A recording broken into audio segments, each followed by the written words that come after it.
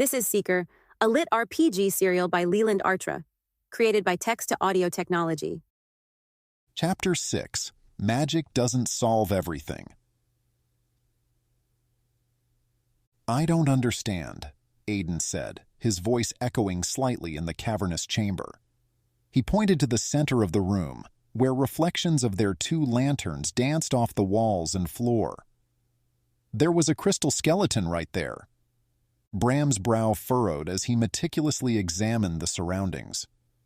"I believe you." Aiden knelt, a shiver of unease crawling up his spine as his hand grazed the seamless floor. "Smooth as glass," he murmured. "At least the symbols are still here?" Bram circled the magic circle, his keen eyes studying the silver symbols etched against the deep blue of the floor. "These symbols, they're not magical, at least not in any form I recognize. Let's try something." Bram cast a spell with a fluid motion, and the room suddenly brightened under the glow of 3 luminous orbs. Aiden watched intently. No stars appeared floating over the magic circle. The symbols didn't glow. Nothing happened. Aiden slumped back against the wall. Bram ignored Aiden and watched the orbs intently. "This spell not only illuminates but also gathers ambient magical energy," he explained, watching for any fluctuations. "What are you looking for?" Bram's gaze swept across the chamber. Any reaction, anything at all. After a moment, he let out a sigh, and with a flick of his wrist, the orbs dissipated. Nothing, no interaction whatsoever. It's as if this whole chamber is isolated from magic. "If it blocks magic, how did you make those orbs?" "Oh, there is magic here, but it is..." Bram trailed off and thought. "Bram? Sorry. I'll need equipment to test properly." Aiden sprang to his feet. "I'll get the gear." Bram raised a hand. "Let's not rush into this. Set up camp first, and this evening, I'll show you how to conduct each test outside. Tomorrow, we can start examining this place." Aiden thought about objecting, but remembered they'd have a week if they wanted. A couple of hours later, Bram adjusted his packs again and grunted. What was wrong with that last spot?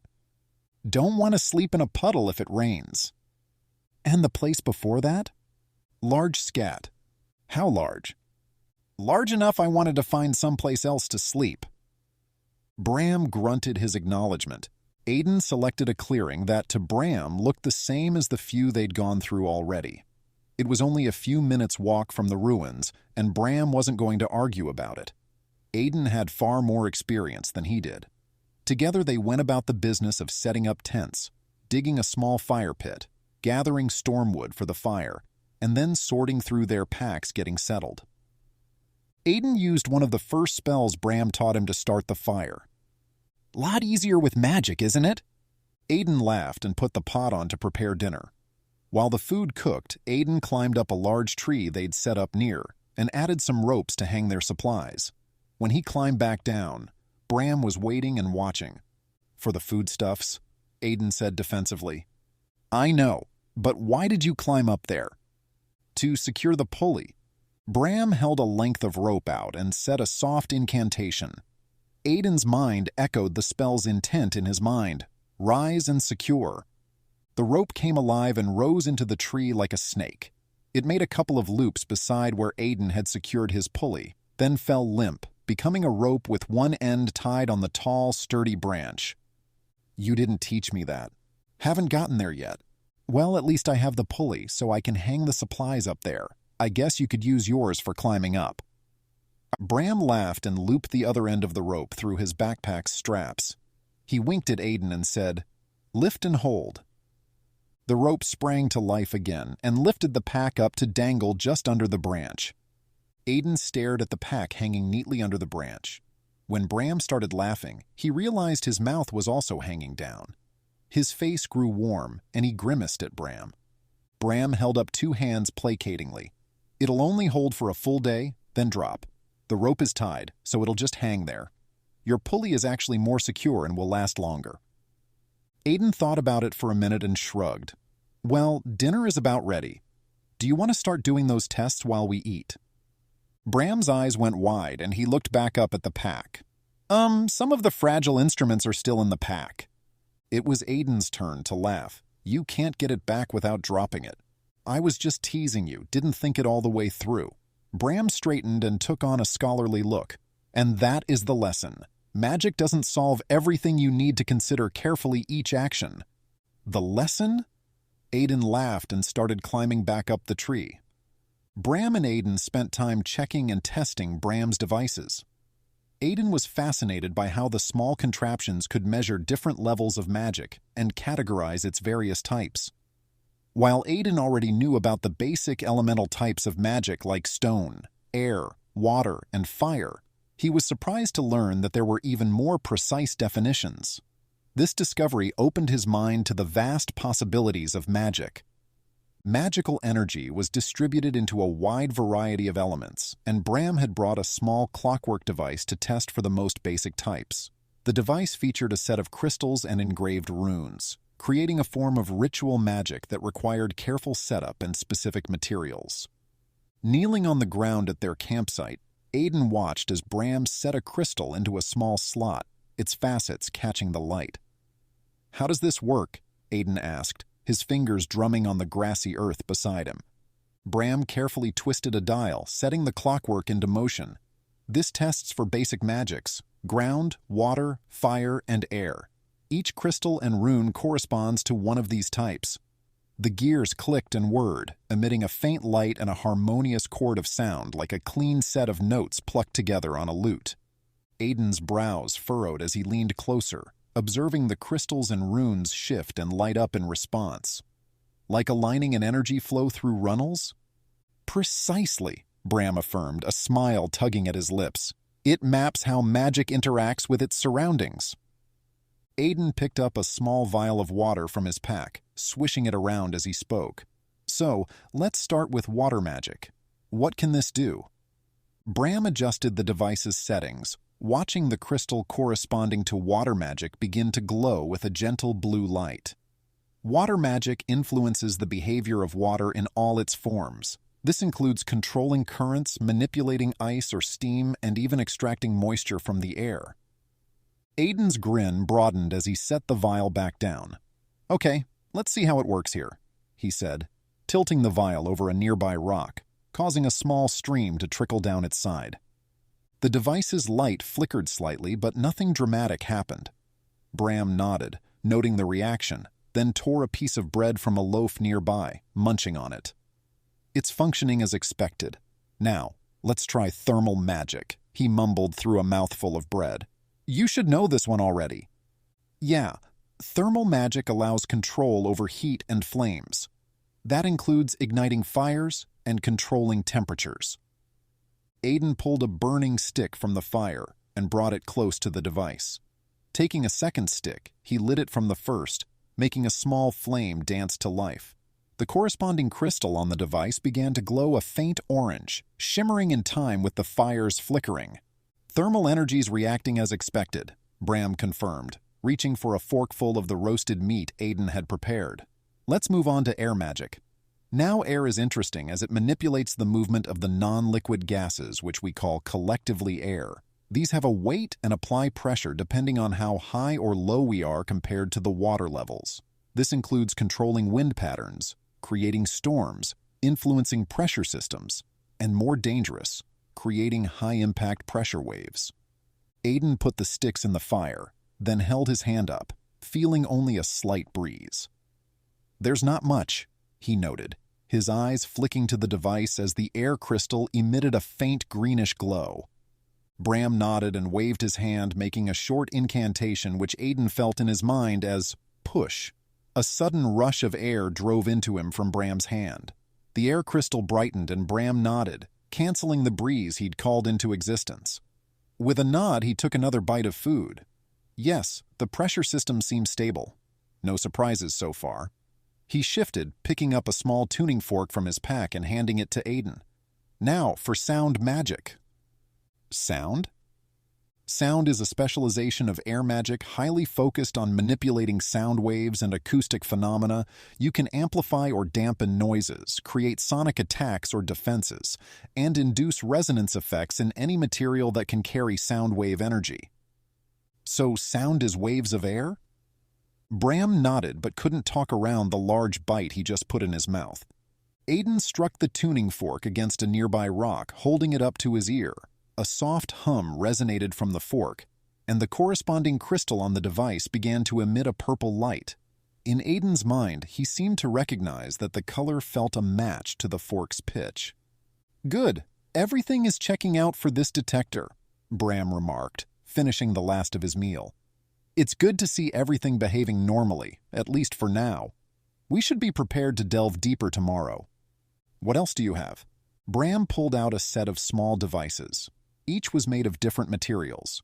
He held them up one at a time, explaining the type of magic they could detect and measure. Bram used small spells that Aiden was able to capture and remember to produce a small sampling of each type of magic. A pair of small iron balls on a looped rod of iron wrapped in leather. Electromagnetic magic, which can generate electric currents, create light-based illusions, and influence magnetism. A glass sphere filled with a mostly transparent liquid that slowly swirled, with many small colored beads of glass that gently drifted down to settle at the bottom. This is for identifying biological magic, which can influence growth, healing, and genetic traits, can enhance or suppress biological activities. Another glass sphere, but with small three-sided pyramids instead of beads. And chemical magic that affects the interactions with the elements and compounds in substances of the world. It can catalyze chemical reactions, transmute materials, and synthesize new compounds. A cube on a silver line thicker than a thread, but much thinner than any twine or string. Gravitational magic that manipulates gravitational fields and forces. It can alter the strength of gravity in specific areas and levitate objects. Bram continued, fetching another tool from his bag. This one a slender hourglass with sand that flowed upward instead of down. This detects temporal magic, which governs the manipulation of time. It can slow or speed up time in localized areas, induce time dilation, and shift the perception of time. Next, he produced a thin, flat crystal that shimmered with a soft internal light. Here we have a device for psychic magic, which taps into the power of the mind. It's used to detect telepathic activity, induce hallucinations, or manipulate emotions. He then pulled out a small handheld prism that refracted light into a spectrum of colors when held against the light. This is for light magic.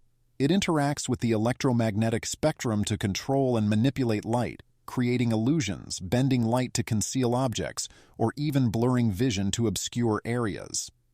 Bram's next item was a dark, opaque lens, almost like a piece of obsidian, set into a simple metal frame. And this is for shadow magic, which controls the absence of light. It can detect areas where light is being manipulated to create darkness, shadows, or dark illusions of movement. Finally, Bram presented two more devices, each appearing more ominous than the last. The first was a vial containing a swirling, dark red liquid that seemed to pulsate with a life of its own. Holding it up to the light, Bram's expression grew serious. "This vial detects blood magic," he explained, watching the liquid move as if alive. Blood magic is often viewed with suspicion because it involves tapping into the life force of beings to fuel spells. This device can sense when vitality is being drained or when magic is used to manipulate biological and chemical energies. You see it as pulsing and moving. That is mostly you and me, plus some of the life around us. All life is imbued with some magic. Aiden watched, fascinated yet slightly unnerved by the pulsating vial. "That thing feels odd." Bram nodded, placing the vial carefully back into his bag. "And that's why I haven't taught you these types of magic. They're powerful, Aiden, but easily misjudged as evil. Knowledgeable magicians understand they're just another form of energy, but you must be cautious with such knowledge." He then retrieved the last item, a small geometric object that constantly shifted in shape and appearance, which floated in the middle of a crystal cube. As Bram held it, the object seemed to blur and refocus, never settling into one form. Is there liquid holding it in place? No. In fact, there is nothing inside this cube other than the rare elements comprising the matrix of the detection device. The absence of all gases and fluids is a vacuum and very difficult to create. The device itself is held in place by the forces it applies against the sides of the container. Bram gave Aiden some time to consider his words, then continued. It is for detecting entropy magic, which accelerates the breakdown and decay of systems and structures. It senses increases in disorder, the degradation of materials, or disruptions in energy conversions. Aiden reached out, hesitated, and pulled his hand back. Is it dangerous? It can be, Bram agreed, his voice lower. Entropy magic is about chaos and deterioration. It's not inherently evil but potent and demands respect and understanding. This device could cause some damage if it is broken, and the actual device was exposed to material matter. Bram gave a stern and serious look, eyes locking with Aiden's. Remember, these last two magics are easily mistaken for dark arts. You cannot practice them openly, or even allow others to see these types of devices or references. Aiden gave Bram a serious nod as he considered, We'll use all these tomorrow. It doesn't seem we would need a full week to do the testing. No, we will exhaust all these devices in short order if that was all we were going to do. But I will be showing you a series of rituals to conduct to cause a small usage of each of these magics, which we will do in the chamber. First, I will do it to make sure it is safe, and then I want you to repeat my experiment so you can do this yourself. Aiden realized he was about to get a full week of solid magic training, and he couldn't stop a smile from splitting his face. Bram clapped him on the shoulder, a smile breaking his face too. Now, do you have any more of that meat? It was really good. Want more? Check out reamstories.com/seeker. Thank you for listening. Before you go, please like, subscribe, and comment. I'd love to hear your comments on these stories, good or bad. These audio readings are produced with text-to-audio technology to keep costs down. To support producing these with greater quality and frequency, leading to the ability to use voice actors, there are two options. Option 1, and my personal favorite, go to reamstories.com/seeker and follow or subscribe to get early access, participate in the amazing community of listeners and fans, and thus support the writing, editing, and audio production. Or, Option 2, go to patreon.com/LARTRA and become an audio production patron. Subscriptions sustain the serial writing projects and all their associated costs. Again, thank you for listening. I hope you've enjoyed this audio production.